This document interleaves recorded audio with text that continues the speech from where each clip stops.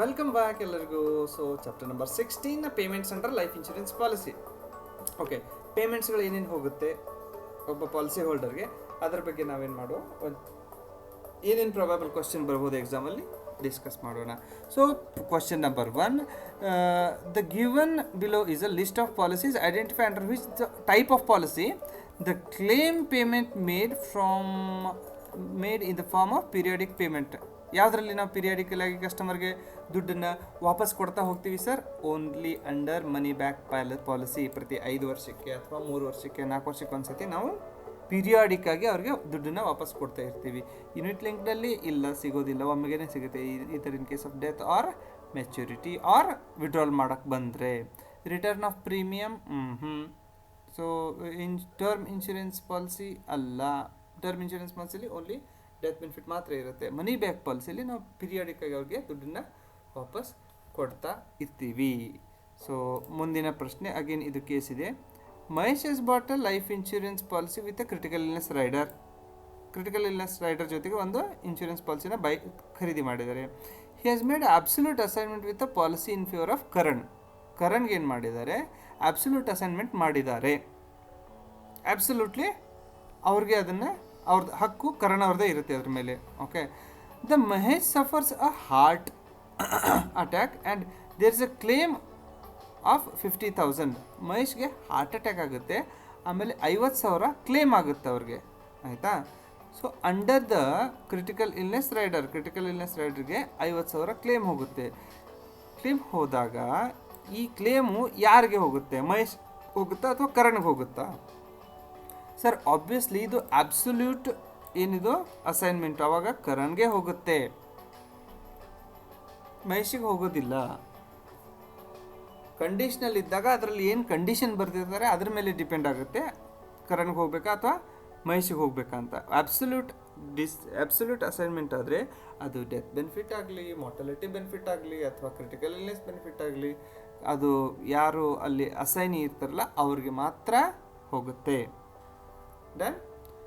ಮುಂದಿನ ಪ್ರಶ್ನೆ number 3, again case studies. ತುಂಬ ಕೇಸ್ ಸ್ಟಡೀಸ್ ಇದೆ ಈ ಚಾಪ್ಟರಲ್ಲಿ, ಕೊನೆಯ ಚಾಪ್ಟರ್ಗಳಲ್ಲಿ. ಚಲೋ, Praveen died in car accident. Praveen ಏನಾಯಿತು? ಒಂದು ಕಾರ್ ಆಕ್ಸಿಡೆಂಟಲ್ಲಿ ತೀರ್ ಹೋದರು. The beneficiary submits documents for death ಕ್ಲೇಮ್ಗೆ ಬೆನಿಫಿಷಿಯರಿ ಎಲ್ಲ ಡಾಕ್ಯುಮೆಂಟ್ ಎಲ್ಲ ಸಬ್ಮಿಟ್ ಮಾಡಿದ್ರು.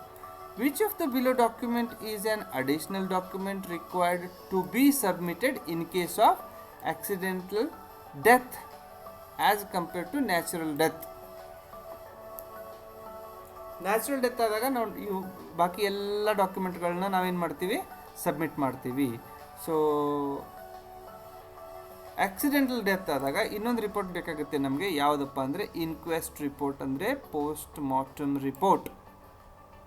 ಓಕೆ, ಇದನ್ನು ಎಕ್ಸ್ಟ್ರಾ ಕೊಡಬೇಕಾಗುತ್ತೆ ಆಕ್ಸಿಡೆಂಟ್ ಡೆತ್ ಆದಾಗ. ಮುಂದಿನ ಪ್ರಶ್ನೆ, which of the below death claim is treated as an early death claim? Early death claim ಅಂದರೆ ಏನು ನಾನು ಹೇಳಿದ್ದೆ, I hope you remember. Early death claim ಅಂದರೆ 3 ವರ್ಷದ ಒಳಗಡೆ ಇನ್ ಕೇಸ್ ಕಸ್ಟಮರ್ ಡೆತ್ ಆದರೆ ಅದಕ್ಕೆ ನಾವು ಅರ್ಲಿ ಡೆತ್ ಅಂತೀವಿ. 3 ವರ್ಷದ ನಂತರ ಡೆತ್ ಆದರೆ ಅದನ್ನು ಅರ್ಲಿ ಡೆತ್ ಅನ್ನೋದಿಲ್ಲ, ಅದು ನ್ಯಾಚುರಲ್ ಡೆತ್ ಆಗುತ್ತೆ, ನಾರ್ಮಲ್ ಆಗುತ್ತೆ. ಮುಂದಿನ ಪ್ರಶ್ನೆ, payment is made under money back policy. Money back ಪಾಲಿಸಿಯಲ್ಲಿ ನಾವೇನು ಮಾಡಿದ್ವಿ? ಒಂದು ಪೇಮೆಂಟನ್ನು ಮಾಡಿದ್ದೀವಿ.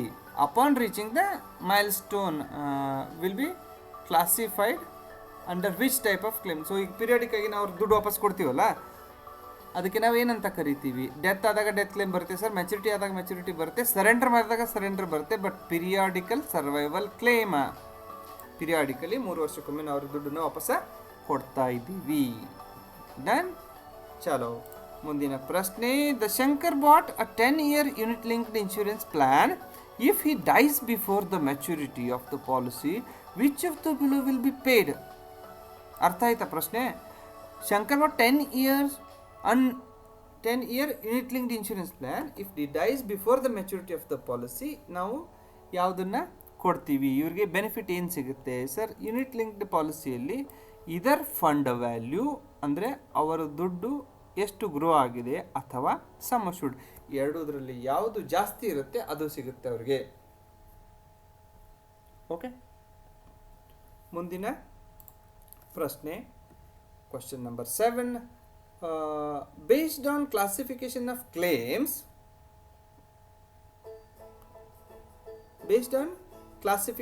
ಆಫ್ ಕ್ಲೇಮ್ಸ್, ಅರ್ಲಿ ಅಥವಾ non early, pick the odd one out. ಕೆಳಗೆ 4 ಸ್ಟೇಟ್ಮೆಂಟ್ಗಳಿದೆ, ಅದು ಅರ್ಲಿ ಅಥವಾ ನಾನ್ ಅರ್ಲಿ ಕ್ಲೇಮ್ಸ್ಗಳಿಗೆ ಸಂಬಂಧ ಇದೆ. ಸೊ ಅದಕ್ಕೆ ಯಾವುದು ಒಂದು ರಾಂಗ್ ಸ್ಟೇಟ್ಮೆಂಟ್ ಇದೆ ಅದನ್ನು ನಾವು ಕಂಡುಹಿಡಿಯೋಣ. Ramya dies after 6 months of buying a term insurance plan. So ಇದು ಅರ್ಲಿ ಆಗುತ್ತಾ, ನಾನ್ ಅರ್ಲಿ ಆಗುತ್ತಾ? ಅರ್ಲಿ ಆಗುತ್ತೆ. ಓಕೆ, 3 ವರ್ಷದ ಮಧ್ಯನೇ ಅವ್ರು ತೀರೋದಾಗ. Okay, next Manoj dies after 1.5 years buying the term insurance plan ತಗೊಂಡು 1.5 ವರ್ಷದಲ್ಲಿ ಅವರು ತೀರು ಹೋಗ್ಬಿಡ್ತಾರೆ. ಸೊ ಇದು ಅರ್ಲಿ ಡೆತ್ ಆಗುತ್ತೆ. ಯಾಕೆ ಅರ್ಲಿ ಡೆತ್ ಅಂದರೆ 3 ವರ್ಷದ ಒಳಗಡೆ ಆದರೆ early death. Okay, David dies after 2.5 years of by insurance plan. So ಇದು 3 ವರ್ಷದ ಒಳಗಡೆ. ಸೊ ಇವು 3 ಅರ್ಲಿ ಡೆತ್ ಆಗುತ್ತೆ, ಇದು ಒಂದೇ ನಾನ್ ಅರ್ಲಿ ಡೆತ್ ಆಗುತ್ತೆ. ಸೊ ಅದಕ್ಕೆ we can say that it is a right answer. Okay, ಮುಂದಿನ ಪ್ರಶ್ನೆ. Given below is a list of documents to be submitted for normal death claim by all beneficiaries in the event of death of life assured. Death ಆದಾಗ ಏನು ಮಾಡ್ತೀವಿ ನಾವು, ಕೆಲವೊಂದಷ್ಟು ಡಾಕ್ಯುಮೆಂಟ್ಗಳನ್ನ ಕೊಡಬೇಕಾಗುತ್ತೆ. ಕೆಳಗೆ ಇದೆ ಅದು list. So pick one the odd one out which is additionally required submitted in case of accident. So ಈಗ ನಾವು ಡಿಸ್ಕಸ್ ಮಾಡಿದ್ವಲ್ಲ, ಸೊ ನಾರ್ಮಲ್ ಡೆತ್ಗೆ ಎಲ್ಲ ನಾರ್ಮಲ್ ಡಾಕ್ಯುಮೆಂಟ್ಗಳನ್ನ ಕೊಡಬೇಕಾಗುತ್ತೆ. ಡೆತ್ ಕ್ಲೇಮ್ ಆಯಿತು, ನಿಮ್ಮದು ಕ್ಲೇಮ್ ಫಾರ್ಮ್ ಆಯಿತು, certification of burial or cremation. Okay, so ಆಮೇಲೆ ಹಾಸ್ಪಿಟಲ್ ಸರ್ಟಿಫಿಕೇಟ್, ಇದೆಲ್ಲ ನಾರ್ಮಲ್ ಡೆತ್ತಲ್ಲಿ ಕೊಡಬೇಕಾಗುತ್ತೆ. ಬಟ್ ಆಕ್ಸಿಡೆಂಟ್ ಆದಾಗ ನೀವು ಇನ್ಕ್ವೆಸ್ಟ್ ರಿಪೋರ್ಟ್ನ ಕೊಡಬೇಕಾಗುತ್ತೆ, ಅಂದರೆ post mortem report. Okay, so ಮುಂದಿನ ಪ್ರಶ್ನೆ ನಂಬರ್ 9. ಇಲ್ಲಿ as per IRDA regulation 2002, a claim under policy shall be paid or be dispute within 30 days from the date of receipt of all relevant papers and clarifications required.